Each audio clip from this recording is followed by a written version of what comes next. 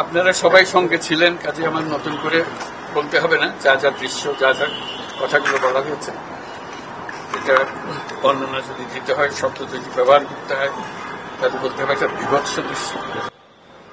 এটা মানুষের মনুষ্যত্ববোধ বলে কোনো জিনিস যা আছে সেটার থেকে বহু গভীরে নিয়ে গেছে। এটা নিশ্চিহ্ন করার জন্য মনুষ্যত্ববোধ যেন কারো না থাকে। নৃশংস অবস্থা, প্রতিটি জিনিস যে হয়েছে এখানে যতটাই শুনি অবিশ্বাস্য মনে হয়। এটা কি আমাদেরই জগৎ, এটা কি আমাদেরই সমাজ, আমরা এটা করলাম? এবং যারা নিগৃহীত হয়েছে, যারা এটা শিকার হয়েছে, তারা আমাদের সঙ্গে আছে। তাদের মুখের থেকে শুনলাম কিভাবে হয়েছে। কোনো ব্যাখ্যা নেই। এটা ব্যাখ্যা থাকলে কিছু একটা হলে মানুষ বোঝে যে এটার কারণ ছিল। এটা বিনা কারণে রাস্তা থেকে উঠিয়ে আনার মতো কথা। বিনা দোষে কতগুলো সাক্ষী সাবুত হাজির করে সেই ওই এক্সপ্লোসিভ কতগুলো গাড়ির ভিতরে ঢুকিয়ে দিয়ে তারা বলছে তুমি সন্ত্রাসী, জঙ্গি, এগুলো বলে বলে তাকে নিয়ে আসা হয়েছে। এবং এইরকম ইন্টারোগেশন সেল, এরকম টর্চার সেল, এরকম টর্চার সেল সারা বাংলাদেশ জুড়ে আছে। সেটাও শুনলাম আজকে। আমার ধারণা ছিল যে এটা বোধহয় এখানে আয়নাগর বলতেছি কয়েকটা আছে, এখন শুনতেছি আয়নাগরের বিভিন্ন ভার্সন সারা দেশ জুড়ে আছে। কেউ বলছে 700, কেউ বলে 800। এতে সংখ্যাও নিরূপণ করা যায়নি পর্যন্ত। কতটা আছে, কতটা জানা আছে, কতটা অজানা রয়ে গেছে সেই জিনিসগুলো। আমরা এমনি শুনি আইয়ামে জাহেলিয়াত বলে একটা কথা আছে। এই গত সরকার এই আইএমএ জাহেলিয়াতকে প্রতিষ্ঠিত করে গেছে সর্বক্ষেত্রে। এটা তার একটা নমুনা। আর আমি কমিশনকে ধন্যবাদ জানাচ্ছি, তারা বহু কষ্ট করেছে। অন্যান্য কমিশন তো তারা করেছে, অন্তত তারা নিজেদের ঘরে বসে করতে পেরেছে। এদেরকে গুম কমিশনের যেটা, তারা কোদালা এগুলো আবিষ্কার করার জন্য আসতে হয়েছে, তাদেরকে বের করার জন্য। কিসের মধ্যে লুকিয়েছিল, কারা কি করেছে, এখনো ধ্বংসাবশেষ আমরা দেখতেছি।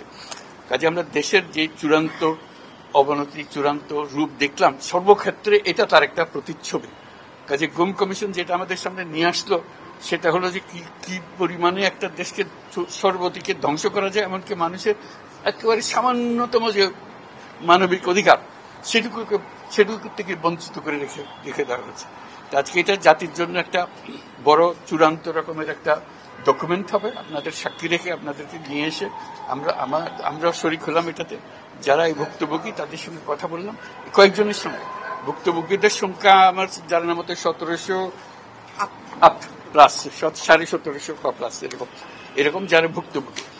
অজানা কত এটা তো আমরা আর জানি না। কেউ বলে যে এটা 3000-এরও বেশি হবে। কাজে সেটাও আমরা ধরে নিলাম যে একটা সীমারেখা দরকার, যেটা আমরা অজানা, এটা কেউ প্রমাণ দিতে পারেনি। এই যে উদাও হয়ে গেছে, মানুষ নিশ্চিহ্ন হয়ে গেছে, কেউ বলতে পারছে না সে কোথায়। তার মেয়ে আপনাদের সামনেই ছিল আজকে, যে বলছে আমার মাকে কোথায় নিয়ে যাওয়া হয়েছে। আজ 9 বছর করে, 9 বছর ধরে আমরা আর খোঁজ পাইনি। সে নিজেও ছিল, 11 বছর বয়সে ছিল, সে মায়ের সঙ্গে ছিল, তাকে রেখে মাকে নিয়ে চলে গেছে। এই হলো সামান্য একটা দৃশ্য। এই দৃশ্য বড় করুণ দৃশ্য। এবং এটার কঠিনতম যে লেসনটা হলো, যারা করেছে তারা আমাদেরই সন্তান, আমাদেরই ভাই, আমাদেরই ঘনিষ্ঠ আত্মীয়, তারাই করেছে।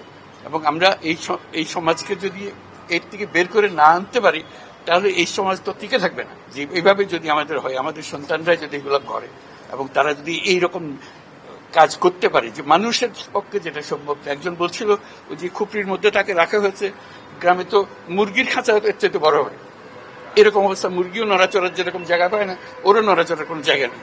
ওকে ব্যবস্থা রাখা হয়েছে, মাসের পর মাস, বছরের পর বছর তাকে ব্যবস্থা রাখা হয়েছে। এটা মানুষের সামনে এখন বিচার রইল, কিভাবে আমরা আবার নতুন করে সমাজ গড়তে পারি, যাতে করে আমরা এই যে এটা আমাদের সবারই অপরাধ, যেটা হতে দিয়েছি আমরা দেশে। আজকে আমরা মুক্ত হলাম, সে মুক্ত বাংলাদেশে আমরা যেন নতুন করে আবার সমাজ করতে পারি, এটার থেকে একেবারে অতি দূরে যেন আমরা চলে যেতে পারি। এটার নমুনা, এটার সাক্ষী, এটার যে ডকুমেন্টেশন গুম কমিশনের রিপোর্টের মধ্যে থাকবে, এবং এটা অবশ্য পাঠ্য হিসেবে সবাইকে পড়তে হবে, এবং তাদের যারা করেছে তাদের বিচার করতে হবে। তা না হলে আমরা নিষ্কৃতি পাবো না এটার থেকে। এই যে কাজগুলো করে গেল তারা, তা না হলে আমরা আবার মুক্তভাবে বলবো কি করে যে আমরা এই দেশের মানুষ, আমরা পরিষ্কার। যারা করেছে তাদের জন্য আমরা কেন মুক্তভোগী হতে যাব? তাদেরকে সে বিচার করবো, জনসাধারণ বলবো যে হ্যাঁ এটা উচিত বিচার হয়েছে, তখন আমরা এটার থেকে মুক্তি পাবো। সেটাই হলো আমাদের আবেদন দেশের সবার কাছে, এই বিচারটা যেন আমরা করে ফেলতে পারি।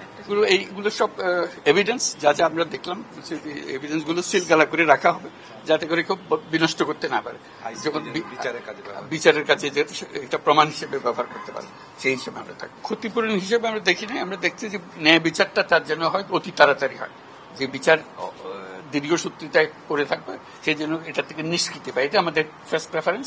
তারপর দেখা যাবে তাদের কি করা যেতে পারে। তার জীবনটা ফিরিয়ে দিতে পারবো না যে জীবনের মাধ্যমে সে গেছে, অন্তত দেখলে মনে সান্ত্বনা হবে। আমি জায়গাটা দেখে এসেছি। ওই মেয়েটা, যে বাচ্চা মেয়ে যে বলতেছেন আমার মাকে আর দেখতে পেলাম না, কোথায় চলে গেল, আজ পর্যন্ত কেউ খবর দিতে পারলো না সে বেঁচে আছে না মরে গেছে, মরে গেলে কোথায় আছে। The whole existence of this government is because of this, that we don't want to stay in that darkness যেটা আমাদের that has been created around us. So we want to create a new environment, new, as we say, new Bangladesh, as the students have been claiming all the time. So that led to the reform commissions. One of them is this disappearance commission, which led us to see this thing. If we didn't have that commission, probably it will be just a storytelling. Nobody will believe, somebody will say yes, somebody will say no. Now they have concrete proof, and now they will go to the justice. So this is one step. And then what happens to the rest of the institutions? You are dealing with something that have done. Will this be repeated in future? That's something we have to make sure that it's not repeated in future. No way. Nowhere near it. This is the worst ever in the whole world possible. So we don't want to have anything to do with it. We'll be as normal as any civilized human being could be. So that's our commitment. That's what the reform commissions are all about. And since you asked the question, I'm very grateful to the commission for taking the trouble. It was not an easy job. They had to fight in all directions to discover. This is a whole discovery mission. It's not as simple going and taking evidences and writing reports about it. So they had to really detectives in very serious way. And they're still worrying about whether we can keep the evidences as they are after all this thing happened. So this is our commitment. We want to create that society and that world for us.